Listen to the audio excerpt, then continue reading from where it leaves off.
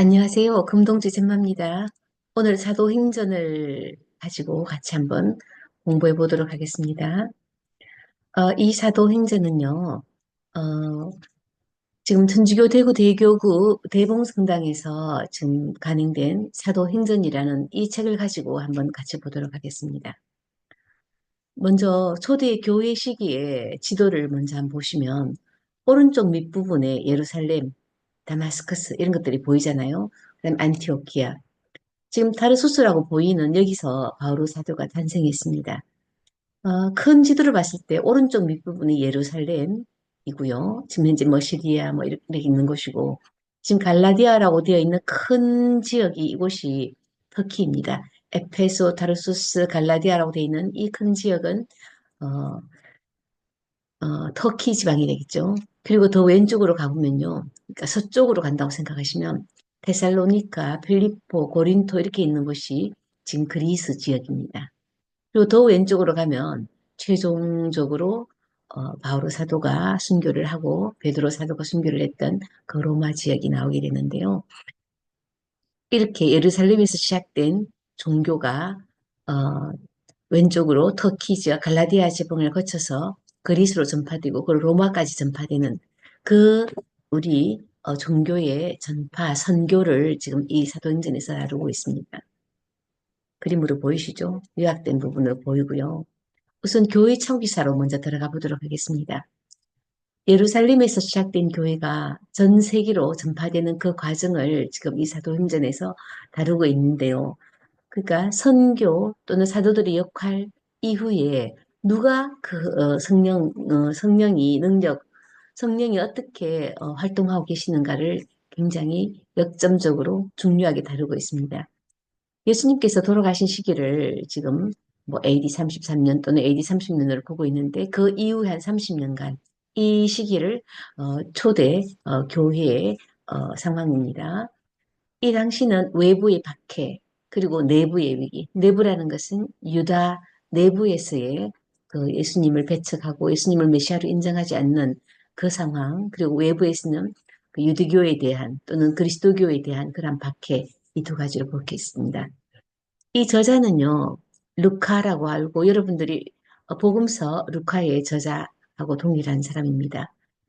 여기서 우리가 크게 사람에 대해서 뭐 이야기할 때 대부분 다 유다인이냐 아니면은 유다인이 아닌 이방인이냐 외교인이냐 뭐 이제 이렇게 이제 말을 나눌 때에 유다인은 유다에서 태어나서 태어나면서 유다교라는 그러한 구약에서부터 내려온 선미 사상을 가진 그러한 유다인들이고요. 그 다음에 사도들이 선교를 하면서 이제 점차적으로 기독교로 들어온 그리스도인들, 그런 사람들에 대해서 이방인이라는 표현을 쓰고 있습니다. 그러면 이방계 외교인이라 말할 때는 유다의 사람들이 아니구나, 유대인이 아니구나라고 생각하시면 됩니다. 바오로는 그 서간들을 굉장히 많이 보냈는데요. 이 서간과 루카가 쓰고 있는 그 사도행전은 약간의 차이가 있습니다. 그럴 경우에는 우리는 서간을 더 중점적으로 보시면 될 것 같습니다. 사도행전의 집필은요, AD 한 80에서 90년 사이에 이루어졌다고 생각하면 됩니다. 그러면 직접 이제 이 바오로가 활동했던 그 시기, 예를 들면 뭐 60년까지의 예수님 돌아가시고 한 3, 40년 사이에 그 시기 동안 이 루카가 직접 바오로와 동행을 했느냐 하는 것은 약간의 의문이 있다고 합니다. 표현으로는 우리라는 말을 쓰기도 하지만 실제보다는 그 시기에 예수님을 목격하고 예수님을 따랐던 사람들의 말을 참고로 해서 쓰고 또 바오로 사도와 만났던 사람들 또 그를 직접 이제 따랐던 사람들 그런 사람들의 이제 내용을 생생하게 적지 않았나라고 생각하고 있답니다. 그래서 예수 그리스도를 믿는 유다계 신자들의 무리가, 그러니까 사실은 선미 사상을 가졌던 그 이스라엘 조상들, 유다인들의 무리가 어떻게 해서 하나의 예루살렘 지역에 있던 작은 종파에서 큰 세계적인 교회로 발전했는가를 설명하고자 하는 것이 이 사도행전의 집필 목적입니다. 이제 크게 이바지한 것은 두 가지로 볼 수 있는데 하나는 디아스포라와 또 하나는 로마라는 세계 국가가 여기 이바지했다고 합니다. 그럼 디아스포라라고 말은 많이 들어봤는데 디아스포라라는 것은 무엇이냐 하면은 어, 전 세계의 여러 지방에서, 이방의 각 지역에서 유대인들은 항상 공동체를 형성하고 살았는데요. 유대의 역사를 보면요. 이 디아스포라를 형성할 수밖에 없는 그런 역사적 굴곡을 많이 겪었습니다. 그러니까 BC 8에서 60, 800년 전, 뭐 600년 전 이 시기에는요. 아시리아나 바빌론 제국이 유다를 침략해서 많은 그 유다인들을 갖다가 노예로 끌고 갔습니다. 노예로 끌고 가서 여러분들이 알고 있는 뭐 그런 뭐 여러 가지 노동을 시켰고요. 또 그 이후에 또 여러분들이 알고 있다시피 모세가 그 유다인들을 이집트에서 홍해를 건너서 이제 가나안 지역으로까지 이제 이렇게 이르는 그러한 이집트 탈출 우리가 말하는 그죠? 그래서 그 탈애굽이라는 출애굽이라는 그러한 역사서를 남기게 했듯이 이렇게 유대인들은 이스라엘을 예루살렘을 떠나서 많은 다른 이민족 국가로 가서 살았습니다. 그죠? 유배지 뭐 이런 곳에 살고 있을 때에 이들은 어, 조선 대대로 내려오는 자신들의 이제 구약에 우리가 적혀 있는 그 종교, 그 유대교의 의식과 예배와 그 이제 행동을 계속 살아왔던 거죠. 그래서 그렇게 몰려 살던 그런 유대인 공동체를 디아스포라라고 불렀습니다. 그래서 바빌론 지역, 뭐 아시리아 지역, 그다음에 이집트의 뭐 알렉산드리아 지역, 뭐 온갖 지역에 이제 그 유대인들이 굉장히 많이 어, 정착해서 살고 있었습니다. 그죠? 자, 신약 시대도 물론 로마에도 뭐 디아스포라가 있었습니다. 그래서 로마로 끌려간 그 유대인들은 사실은 뭐 이제 검투사가 되기도 하고 노예로 이제 활동하기도 하고 시민이 되기도 하고 뭐 여러 가지 있었죠. 이 디아스포라의 삶은요. 회당 중심이었습니다. 그러니까 예배를 드리기 위해서 같이 모여서 살았고 공동체 생활을 했습니다.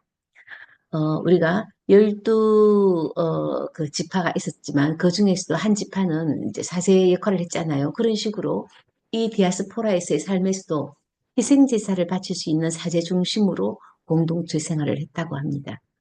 예루, 예루살렘 성전 재건축 이후에도 예루살렘 자체에도 회당들은 계속 남아 있습니다. 그죠? 그럼 선교는 어떻게 이루어졌는지 한번 살펴보도록 하겠습니다. 선교가 이루어지게 된 가장 큰 이제 두 개를 하나는 디아스포라라 그랬잖아요. 각 지역마다 유배지마다 모여 있는 그러한 디아스포라들이 일단 있었고요. 그러니까 큰 덩어리로 움직일 수가 있었고요. 그리고 그런 곳을 전파할 수가 있었고 또 하나는 로마라는 세계 국가가 있었습니다. 그러니까 로마의 지금 이제 가장 전성기 한번 봅시다. 땅이 얼마나 넓었느냐 하면요. 자, 최대 영역이라고 되어 있는 우리가 여기서 고동색으로 볼 수 있는 지도상에서 볼 수 있는 곳이 다 로마 지역에 있습니다. 로마는 다른 나라를 갖다가 정복하고 나면 그 정복지에다가 자기의 문화, 자기의 능력, 자기의 어떤 뭐 그런 힘을 과시하기 위해서 건축물을 지어서 우리가 이만큼 대단한 나라다. 막 이제 이런 것들을 보여주기 위해서 큰 콜로세움 같은 그런 거대한 랜드마크를 만들어 놓기도 했는데요. 로마의 특징은 뭐냐면 그리스는 가는 곳마다 헬레니즘 문화를 전파하고 모든 곳에 우리 우월한 헬레니즘 문화를 알려주고 전파하고 하려고 막 이렇게 후딱후딱 지나갔습니다. 그래서 알렉산더 대왕은 굉장히 빠른 시기에 뭐 인도까지 쫙 이렇게 전 세계적인 이제 그 정복하고 우리 헬레니즘 문화는 이런 것이다. 뭐 알려주고 또 가고 또 가고 뭐 이런 식으로 했다면 로마는 정복지에다가 그 정복지에 있는 그러한 그 백성들한테 너 종교 허락해줄게. 너희 문화 허락해줄게. 하지만 로마 체제 하에서 이제 이런 식으로 다 정복을 해왔거든요. 그러니까 이 당시 로마 지배 하에서는 일종의 평화가 이제 강력한 로마라는 나라 밑에 이제 평화가 형성된 거죠. 그러니까 종교의 전파가 오히려 쉬웠다고 합니다. 그래서 로마 통치 아래서의 질서와 평화가 이 선교에 일조를 하게 되었고, 이 당시 지도상으로 절반을 갈라서 오른쪽 지역은 이제 그리스가 보이잖아요. 그리스 터키 지역, 터키도 옛날에는 다 그리스 지역에 이제 같이 편입되고 했는데, 이 지역에는 그리스어를 다 썼단 말이에요. 그래서 예수 그리스도가 사용했던 그 이제 이스라엘에 사용했던 예루살렘에 있던 그러한 그 언어가 아람어였어요. 아랍어죠. 아람어를 사용하셨다면 그 당시 로마어를 사용하는 국가들이 있었고요. 그 다음에 아람어를 썼고요. 이스라엘 쪽에서는 히브리어를 썼고요. 그리고 라틴어보다는 그리스어가 훨씬 더 많은 지역에 사용되었습니다. 그러니까 로마 오른쪽 지역에서는 거의 다가 그리스어를 공동으로 사용했다고 생각하시면 됩니다. 그러니까 그리스를 국제어로 사용하고 있었기 때문에 이 종교의 전파가 선교가 훨씬 쉬웠습니다. 그러니까 그리스어를 사용하는 많은 이방인들한테 그리스어로 종교를 이제 선교를 하게 된 거죠. 그래서 이 사도행전은 포교 활동 보고서이면서 또 바오로나 베드로가 이제 그 옥고를 치르고 그렇게 할 때에 어떻게 소송이 이루어졌으며 어떤 식으로 내 종교를 정언했는지 뭐 그런 이야기가 들어가 있고 그리고 또 이제 선교를 했으니까 기행문의 형식 뭐 그런 형태를 다 취하고 있다고 합니다. 오른쪽 보이시죠? 이 예루살렘에 있던 이 조그마한 종파가 왼쪽 이제 전체적으로 전파되는 겁니다. 그러면 이 이제 사도행전을 서술한 루카의 구원 사건은 무엇이냐? 루카는 이제 그 전체의 그 흐름을 세 개로 구분하고 있는데요. 하나는 구약, 그 다음에 신약, 그 다음에 신약 이후에는 교회사로 보는 거죠. 구약은 복음 시대에 대해서 구약 시대에서는 계속해서 메시아가 올 것이다 하는 약속을 계속하고 있는 그러한 시대입니다.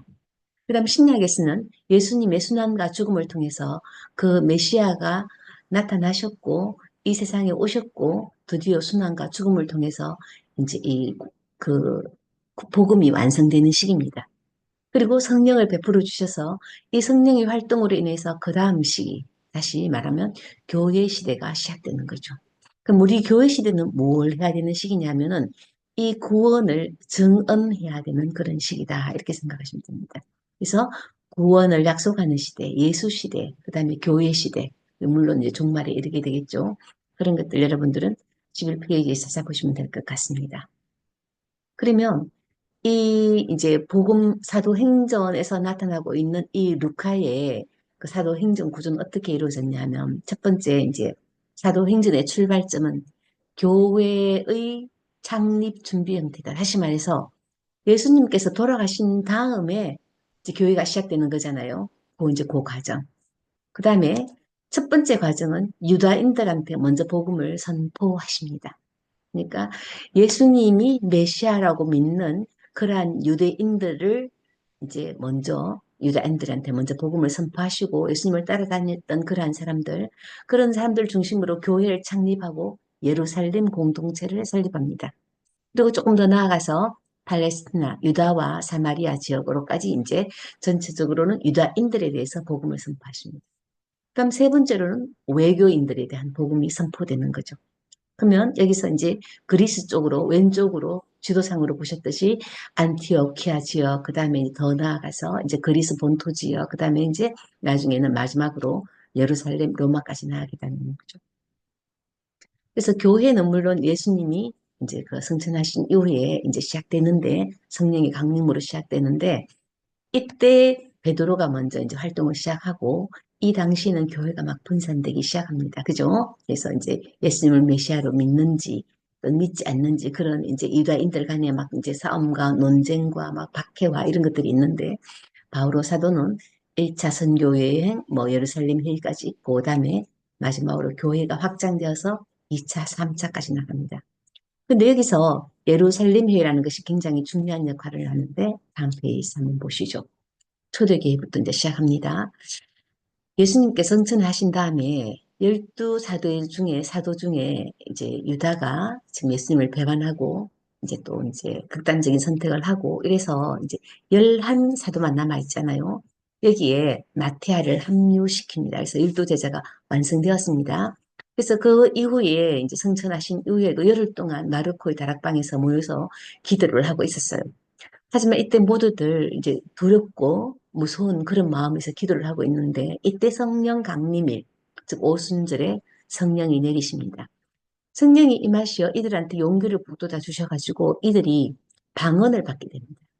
바벨탑은 예수님께, 하느님께 인간이 우리가 얼마나 높이 올라가서 하느님께 도달할 수 있다라는 그러한 교만에서 시작된 그 바벨탑은 방언을 통해서, 그러니까 전부 다 다른 언어를 사용함으로 인해서 서로 커뮤니케이션이 되지 않도록 만들어서 인류가 전 세계로 분산되고 하느님께 대한 도전은 결국은 인간 스스로의 이제 분열로 끝나잖아요.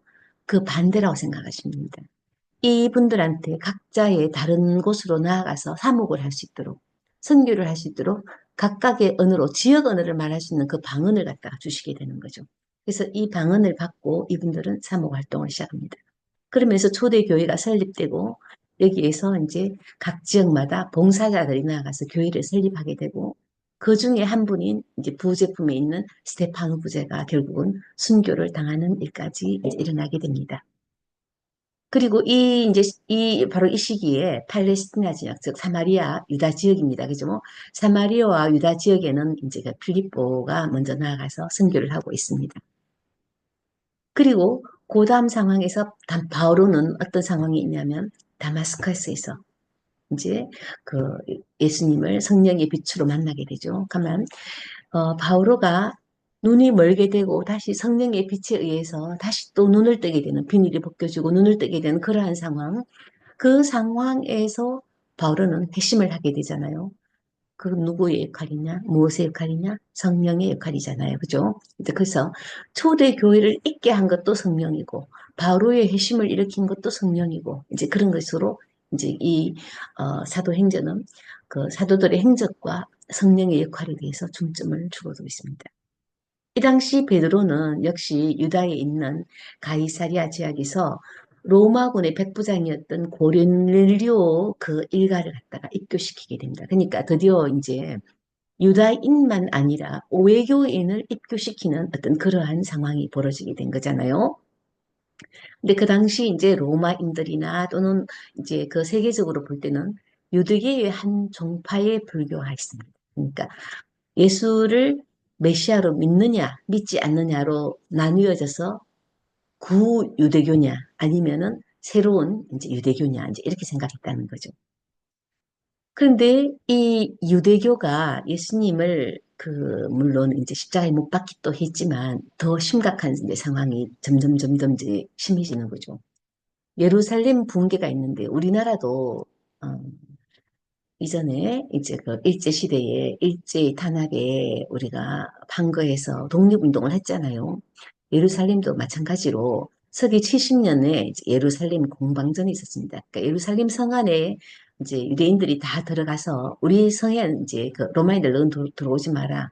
한번 붙어서 이제 이렇게 독립전쟁을 하듯이 했던 거죠. 근데 굉장히 우세하게 뭐 삶을 이끌어 가기도 했지만 결국에는 이제 그 뭐 불길이 일어나고 이렇게 해서 이제 예루살렘이 다 무너지게 됩니다. 그러니까 이게 이제 예루살렘 붕괴라고 부르는 거죠. 그러니까 독립운동으로 인한 그 이제 상황입니다. 이때에 이제 그 후에 90년경에 바리새파를 중심으로 해서 유대교를 재건하자, 예루살렘을 새로 짓자라고 해서 같이 모이게 됩니다. 여기서 모여서 이 사람들이 어, 기독교, 다시 말해서 그리스도를 메시아로 믿는 이러한 사람들에 대해서 나자렛 땅 사람들이다. 막 이제 이렇게 또는 예루살렘이 뭐 도둑이다, 강도다, 막 이렇게까지 비하 또는 막 비난하면서 이래 기독교 신자들을 저주하는 그런 이제 공식적인 이제 행사를 하게 되는 거죠. 그러니까 기독교는 이제 유대교의 하나의 종파로 시작되었던 것처럼 알려져 있었는데 이제 유대교마저 자기 이제 그 기독교를 내치니까 드디어 이제 그 소종파로서의 성격을 잃게 되고 이제 방향을 돌려서 전 세계로 나아가게 되는 거죠. 그래서 로마 제국 내에 비유대인 사이로 전파하게 되고 세계 종교로 발달하게 됩니다. 그러니까 오히려 전화위복이라고 볼 수 있을까요? 어쨌든 내부에서의 거센 반발과 비난과 그러한 어떤 박해를 통해서 오히려 이 풍선을 누르며 터져나가듯이 로마 제국으로 전 세계적으로 만인을 대상으로 이 우리 기독교가 세계 종교로 발달하게 되는 겁니다. 여기에 가장 큰 역할을 하셨던 분이 이제 바오로 사도라는 거죠. 그래서 바오로 사도는 예수님의 말씀을 또 그렇게 이해했고요. 이해한 상태에서 나아가서 이제 그 전 세계인을 만인을 대상으로 한 이 선교를 하셨는데요. 그 바오로 사도의 이 예수님에 대한 I'm sorry. 그 해석 이런 것들을 그 후대에 있는 신학과 철학에서 받아들여 가지고 교회를 정립시키는 그 하나의 그 원이라 그래요. 가장 근본되는 원인으로 지금 잡고 있습니다.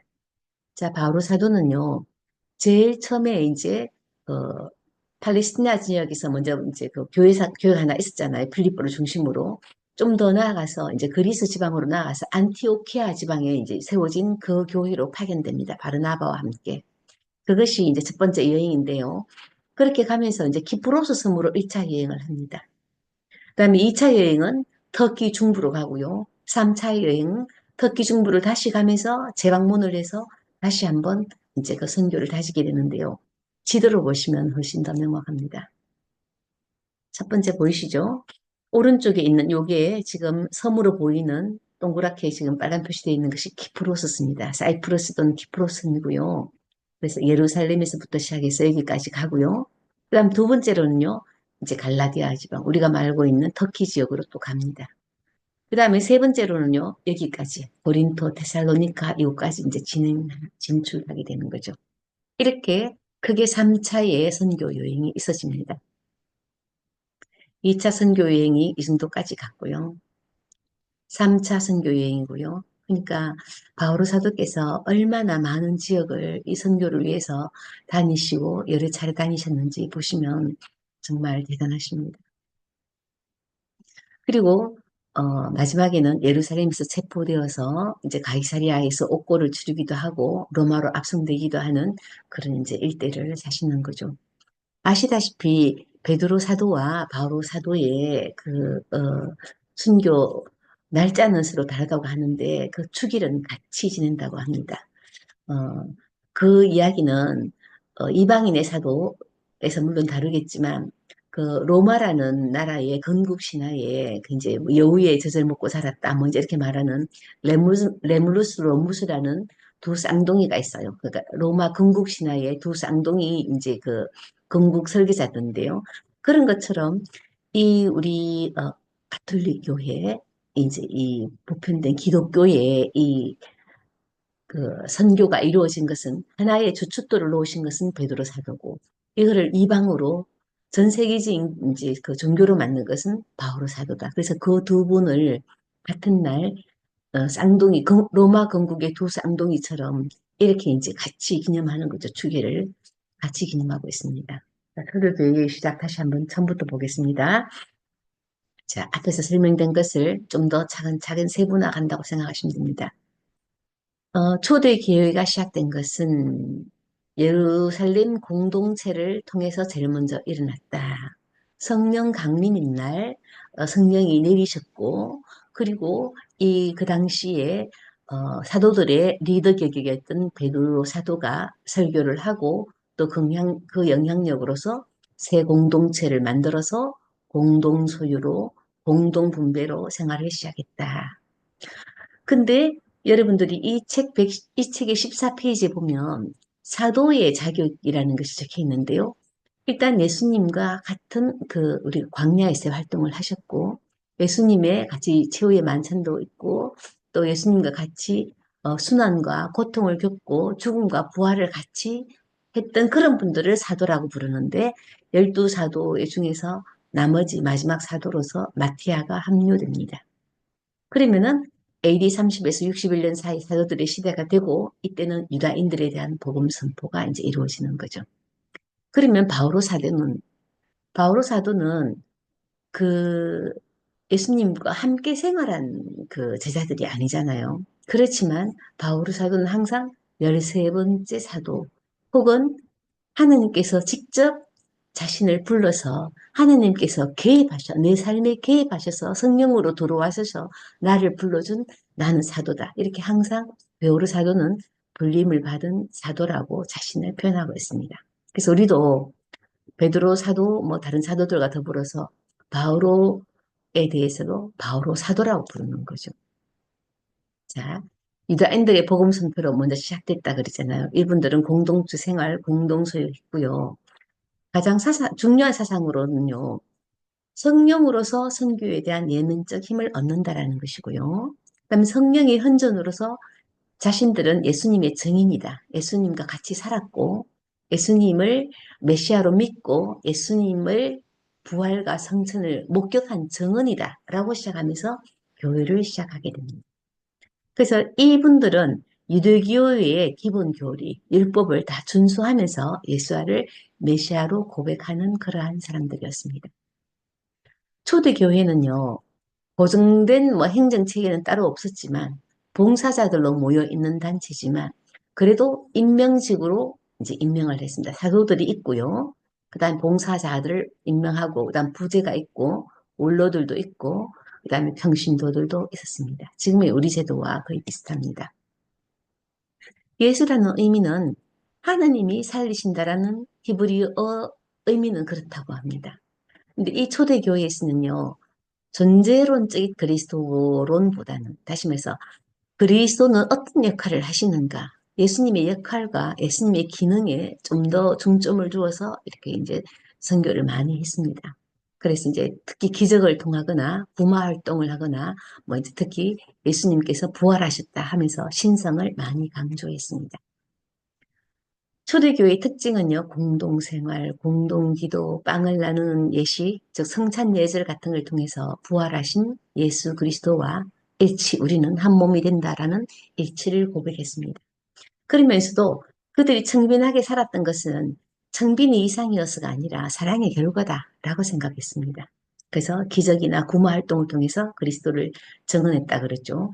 그래서 이 사람들이 제일 이제 어떤 사람들을 많이 일꾼으로 뽑았느냐면요. 그리스어를 사용하는 일꾼들을 많이 이제 봉사자로 임명하고 일꾼으로 많이 이제 불러들였습니다. 그래야 선교가 전파와 또는 이제 다른 사람들을 납득시키거나 뭐 그런 것들이 용이했기 때문입니다. 자, 이제 유대에 머물러 있던 초기 기독교가 어떻게 되었다? 전 세계적인 종교로 나아가게 되는 겁니다. 그죠? 사마리아 교회에서의 이제 막 유다인들한테 막 배척받고 있는 그 사마리아인들. 성경에서도 유다인과 사마리아 교회는 이제 약간의 그런 이질감을 보이고 있었는데요. 그 사마리아부터 먼저 이제 종파를 선교를 시작합니다. 사마리아에 전해진 이제 복음은 필립보 뭐 중심으로 이루어졌고요. 이 당시 이제 사울의 계종과 소명이 있게 되는 거죠. 그리고 베드로 사도가 아까 로마의 백부장 고르넬리오를 입교시켰다 그랬잖아요. 그래서 이것을 통해서 이제 외교인까지 이방인까지 입교시키면서 우리 구원받는 것은 선민사상을 갖고 있는 구약에서부터 내려오는 그 유다인들에만 주어지는 이 구원이 아니다. 구원이라는 것은 전 세계 만민에게 다 열려 있다라는 이제 구원의 보편성과 하느님의 역사하심을 이제 선교에서 드러난다고 할 수 있겠습니다. 외교인들에 대한 복음 선포는요, 안티오키아 교회로 이제 먼저 첫 번째로 나아가게 되는데요. 예루살렘 교회와 베드로의 고별사 안티오키아에 이제 교회를 먼저 세우고요. 교회 서로 간의 교류도 있게 되고 야고보의 순교도 있게 되고 이 당시 이제 베드로가 또 이제 산목에서 풀려나와서 선교를 시작하고 헤로데의 죽음이 있고 이제 이런 역사적인 사건들이 이제 쭉 있습니다. 그러면 이제 바오로 입장에서 바오로가 하고 있는 선교 여행을 이제 따라가 보도록 합니다. 이제 첫 번째로 안티오키아에 설립되어 있는 그 교회에 바르나바와 바오로가 파견됩니다. 예루살렘으로부터 파견되는 거죠. 이제 예루살렘 공동체에서 그러면은 이제 유다교 여기 있는 유대에 있는 데서 좀 더 나아가서 멀리까지 이제 보내줍니다. 파견시킵니다. 그래서 키프로스에서 바르나와 바오로가 이제 전도를 하고 그다음에 안티오키아로 이제 떠납니다. 이 갔다 왔어요. 가장 중요한 그런 사건이 하나 있게 되는데요. 그 유대인들은 우리만 구원받아야 한다라는 그런 생각이 있을 거 아니에요. 구약시대부터 해서 선민사상에 의해서 또 자기 종교에 의해서 유대인들은 아직도 예수 그리스도를 메시아로 믿고 있지 않기 때문에 우리가 이스라엘의 성지순례를 가면 그 유다인들이 보는 우리는요, 어, 자기 종교를 가진 사람들이 아니에요. 그 사람들에 있어서 우리는 관광인이고 관광을 오러 온 사람들이고 다른 종파의 사람들인 거죠. 자, 예루살렘 회의입니다.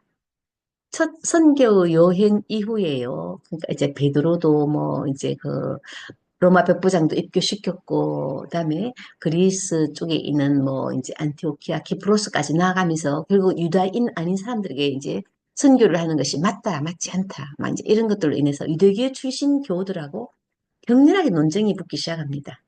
얼마든지 여러분들이 생각하셔도 가능한 일이잖아요. 우리만 구원받고 우리의 메시아가 와야 되는데 전 세계로 다 복음을 전파하고 전 세계에 다 구원의 메시지를 전하자. 모든 사람이 하느님 구원의 대상자다. 이 유대인들이 받아들이기 어렵단 말이에요. 그래서 이렇게 이제 이방인들에 대한 선교가 옳으냐 옳지 않느냐에 대한 이제 굉장한 논쟁들이 붙게 되고 이 원로들도 다 모여서 의논하고 베드로 사도가 강력히 또 이제 말씀하시고 바오로 사도도 강력히 말씀하셔가지고 이 두 분들의 의견도 받아들여서 구원의 원칙이 확인됩니다. 이 예루살렘에 의해서 이방인 선교 전 세계에 나아가는 그 선교가 맞다는 거죠. 자, 여기서 정해진 게 선교는 교회의 활동이다. 지금 우리가 각 성당마다, 각 교회마다 지금 우리가 선교를 우리의 가장 주된 어떤 활동으로 삼고 있잖아요.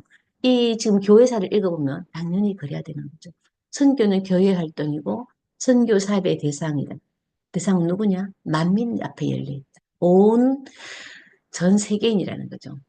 선교에서 가장 장애가 되는 것은 무엇이냐? 마술을 믿거나 미신을 믿거나 하는 그런 사람, 그런 것도 있지만 가장 가까이 있는 동반자, 협조자들의 배신이라는 겁니다. 그럼 선교 여행의 의미는 무엇이냐?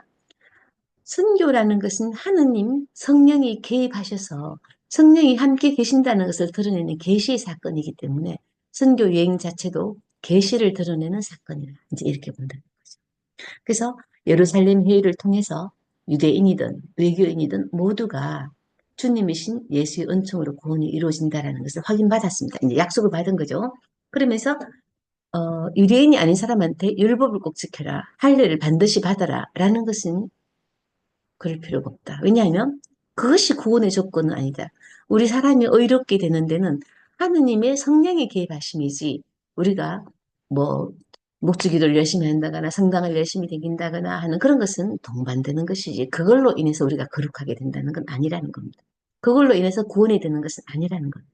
그래서 하느님의 부르심과 하느님의 그 결정, 성령에 우리의 구원이 달려 있다라는 것을 정하게 되는 거죠. 이제 외교인 선교하는 것에 대한 어떤 이제 장애물이 해소되었고 교회의 지원을 받고 그 모든 사람들이 믿게 되는 이제 하나의 원칙 이것을 받아서 선교 활동을 하게 됩니다. 8년간을 2차, 3차로 구별해서 이제 그 선교를 하게 되는데요. 어, 유일신을 믿고 그러니까 로마라는 나라가 전 세계적으로 이제 그 자기가 정복을 통해서 다른 모든 종교를 다 믿어도 된다. 이민족 모든 종교를 다 허용했다 그러잖아요. 그러니까 로마에 살고 있는 대부분의 이제 그 나라들은 자기들이 옛날부터 믿고 왔던 종교를 계속 믿는 거예요. 그랬는데 그러면 다신교가 되는 거죠. 이 다신교를 믿는 그러한 세계의 이제 그 많은 그 종족들이나 나라들이 모여 사는 이 로마에서 굉장히 고집을 부리면서 자기들만 수천 년 동안 믿고 있는 유일신을 계속 믿고 있는 그러한 그 유대 법에 의하면 포교도 금지하고 그런 것은 포교를 하고 선교를 하는 것은 국가 안보와 보위법, 뭐 종교법 다 걸린다는 거죠. 이제 이렇게 유대인들이 이제 박해를 하기 시작하는 겁니다. 그다음에 3차 여행은 이제 드디어 안티오키아까지 갔다가 다시 예루살렘으로 돌아오는 여행인데 이 유대인들의 박해가 굉장히 심했습니다. 오히려 로마는 너가 종교다. 이제 이렇게 보는 거죠. 세 번째 여행입니다. 세 번째 여행까지 마치고 이제 예루살렘으로 다시 돌아가는 바오로를 통해서 이 저자는요. 예수님께서 사실 예루살렘으로 안 가면은 잡히지 않을 수도 있는데 그래도 예루살렘으로 가는 그러한 예수님처럼 바오로 사도도 가장 그 반대가 심한 유다인들의 반대가 심한 그 예루살렘으로 돌아가는 것을 예수님의 활동과 이렇게 약간 이제 비유 또는 이제 약간 맞물리도록 이렇게 이제 잡고 있습니다. 선교 활동을 요약하자면 주님께서 간택하신 만민의 사도로서 온 교회를 돌보고 염려하고 유대인뿐만 아니라 외교인 뭐 이제 이런 데까지 선교 활동을 했다는 겁니다. 바오로 사도는 유서처럼 이제 뭘 날리냐면 밀토스에서 아페소스 장상들에게 막 이제 설교도 하고 에페소스 이제 이 그 창립 경위도 보고하고 선교 활동도 이야기하고 그러면서도 세례 성수와 성찬 예식의 중요성을 이제 설포하고 있습니다. 다시 이제 예루살렘으로 돌아옵니다. 예루살렘에 들어오면서 바로 사도가 가장 걱정했던 것은 뭐냐면 그 당시 이제 굉장히 기근으로 인해서 예루살렘이 너무 이제 힘들었다고 그래요. 그러니까 이 힘든 이제 그 우리 식으로 만다면은 이제 가장 이제 큰 교회가 있는 모교회잖아요. 모교회에 돈을 많이 모아가지고 이제 가면서 혹시나 자기가 들고 가는 돈이 독립자금처럼 정치적인 해방자금처럼 보이게 될까봐 또는 이제 그런 용도로 사용되게 될 것에 대해서 굉장히 걱정을 많이 했다고 합니다. 그러면서 동시에 또 이제 이 신앙 문제에 대해서는 율법을 꼭 지켜야만 되는 이 유대교인들한테 이제 그 모든 사람들한테 다 이 구원이 열려 있다라고 말하는 이 새로운 해석을 어떻게 이제 이 납득을 시킬 것인가 하는 어려움도 많이 있었다고 합니다. 그래서 바오로는 예루살렘으로 입성하면서 체포되고 또 체포되어서 설교도 할 수 있게 되는데요. 바오로 사도의 타르수스에서 태어났다 그러잖아요. 타르수스에서 태어나서 이분은 로마 시민권을 획득했습니다. 그러니까 집안이 괜찮았던 것 같아요. 그러면서 예루살렘으로 어린 시절에 이제 유학을 와서 그러면서 굉장히 유명한 대랍비 밑에서 공부를 했다고 합니다. 그러니까 굉장히 독실한 유대교를 믿는 그러한 유대인입니다. 그러니까 지식적으로나 그러니까 종교적으로나 신앙이 굉장히 깊은 그러면서 로마 시민이면서 그 많은 어떤 율법을 정확히 지키고 또 신앙생활을 철저하게 하는 그러니까 실제로 우리가 교회에서 가장 필요로 하는 것을 갖추고 있었죠. 다만 이제 기독교가 아닌 유대계의 상태로서의 이제 그러한 신앙인이었죠. 근데 이제 이 바오로가 체포되어서 어, 이분은 예루살렘에서 체포된다 하더라도 로마 시민은 황제가 있는 로마에 가서 재판을 받을 권리가 있는 거예요. 그래서 체포되고 난 다음에도 막 바로 막 감옥에 막 들어간다거나 막 굉장한 모진 고문을 받는다는 것이 아니라 설교도 할 수 있고 자기 변호도 할 수 있는 거죠. 그래서 결국은 이쪽에서 포로 생활을 하다가 결국은 이제 그 로마로까지 가게 됩니다. 그래서 유다인들의 선동으로 성전에서 체포되자 복음을 부여받은 경위와 신앙 고백을 하게 됩니다. 예루살렘에서 붙잡혔을 때 자기 신앙 간증을 하는 거죠. 나는 어떻게 해서 회심을 하게 되었고 어떤 식으로 내가 복음을 부여받았다. 이제 이런 것들을 다 이제 할 수 있는 기회를 얻게 되는 거죠. 그러면서 예수님처럼 유대인에 의해서 끌려가는 것을 작가가 이제 암시를 하게 됩니다. 그리고 주님께 본인이 절대적으로 복종했다는 것. 그리고 그러면서도 잡혀가면서 계속해서 이제 증언을 하고 있는 것. 그리고 나는 주님이 시키는 대로 외교인들에게 복음을 전하고 있다는 것. 이제 이런 것들을 막 통해서 이 저자는 복음을 전하는 이 이제 바오로를 약간 예수님을 닮은 모습으로 이제 굉장히 그리고 있습니다.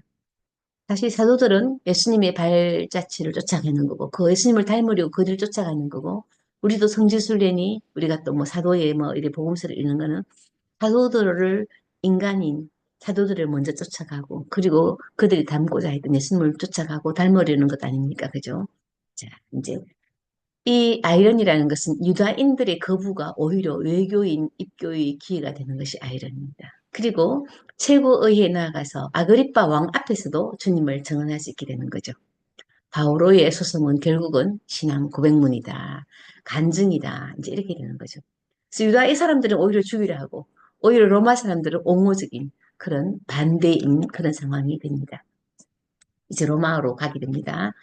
로마로 가게 되면서 역시 이제 요나가 겪었듯이 바다에서 폭풍 조난을 당하게 됩니다. 그래도 이제 죽지 않고 살아서 로마로 가게 되는데 로마로 가게 되었어도 로마 시민이라고 했잖아요. 그래서 로마 시민이어서 감옥에 들어가지 않고 어떤 이제 집을 하나를 갖다가 이제 부여받아서 렌트를 해서 거기서 이제 감옥 생활처럼 유배 생활처럼 하는 거죠. 그러면서도 항상 이제 자기를 찾아오는 사람들을 만나서 선교를 할 수 있게 됩니다. 그런데 네로가 이제 로마를 불태우고 난 다음에 이 죄를 뒤집어 씌울 이제 그 유대인들이 그런 짓을 했다. 유대인들을 방화범으로 몰았잖아요. 그래서 이제 그거로 인해서 결국은 베드로와 바오로 사도 둘 다 이제 처형된 것으로 보이는데 그런데 이러한 그 처형되기까지 이 두 분들이 로마에서 이루신 그러한 선교 활동이 굉장하십니다. 바울은 로마 시민이어서 로마에서 재판을 받을 수 있는 특혜가 있었고 또 이 로마로까지 갈 때 배를 타고 갔는데 로마로 가면서 교우들하고 또 함께 배를 탔었어요. 교우들도 같이 탔었어요. 그래서 또 중간중간 이제 선은 항구마다 내려가 교우들을 다 만나고 왔고 본인을 만나고 싶어하는 교우들을 다 만나서 또 선교를 했고요. 로마에 도착해서도 감옥이 아닌 집에서 살면서 재판날을 기다리면서도 포교가 가능했어요. 그러면서도 2년 만에 또 석방이 되었어요. 하지만 결국은 네로가 이제 몰았던 그런 방화범, 이제 이 카테고리에 쌓여가지고 결국 돌아가시게 되는데 이분의 전교 방법은 율법과 예언서를 이용해서 예수님의 메시아성을 입증했습니다. 풀려난 후에 68년경부터 이제 처형되기까지 한 63에서 67년 정도까지는 뭐 스페인까지도 뭐 계획했는지 스페인에 가셨다 안 가셨다는 뭐 이제 정확히 나타나지 않지만 어쨌든 스페인까지 이제 선교를 이제 계획하셨다고 합니다.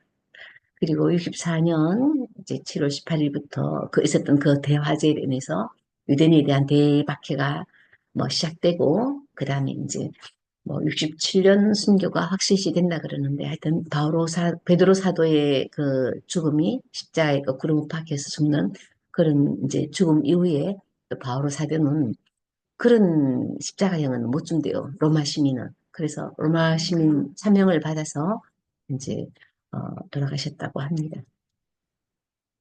사도행전은 그러니까 어, 예수님 돌아가신 다음에 어, 초대교회가 있었고 그 초대교회를 기록한 이제 생생한 증언과 생생한 내용들이잖아요. 그래서 첫 교회사로서의 의미가 있는 겁니다. 단순한 역사서는 아니죠.